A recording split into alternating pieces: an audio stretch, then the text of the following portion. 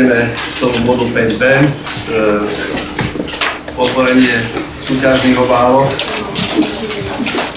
Takže do súťaža na hajtovky sa prihlásil. Len jedna obálka, takže poprosím otvoriť, či reagujú na využívaciu cenu nastavenie.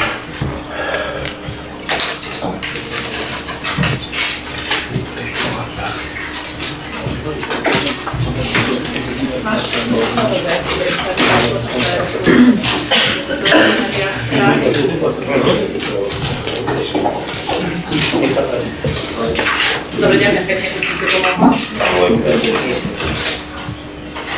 Takže je tu uhradený príjmový pokladničný doklad vo výške 33 €. Ľubomír Opina, Pusté pole 7, 0654 Raškoltín, vec odpredaj nehnuteľnosti súťaž.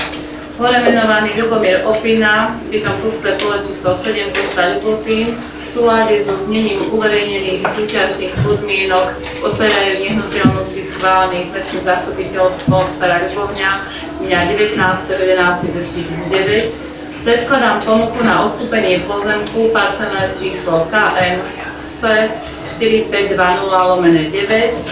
Druh pozemku orná pôda s výmerou 28 hektárov 7641 m², ktorý je zapísaný na liste vlastníctva 3696 mesto Stará Ľubovňa vlastník v katastrálnom území Stará Ľubovňa lokality Hajtovky v cene 3,002 €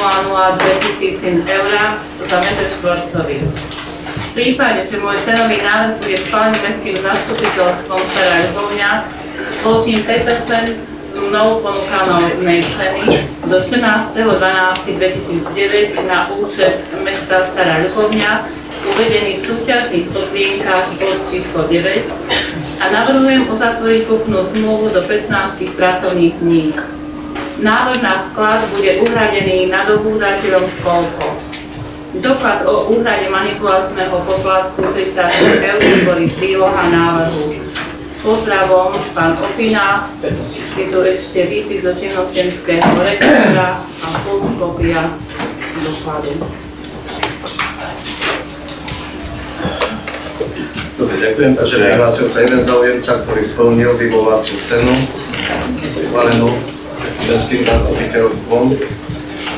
Takže môžeme súťaž prijať a tiež potom uznesenia celú prácu.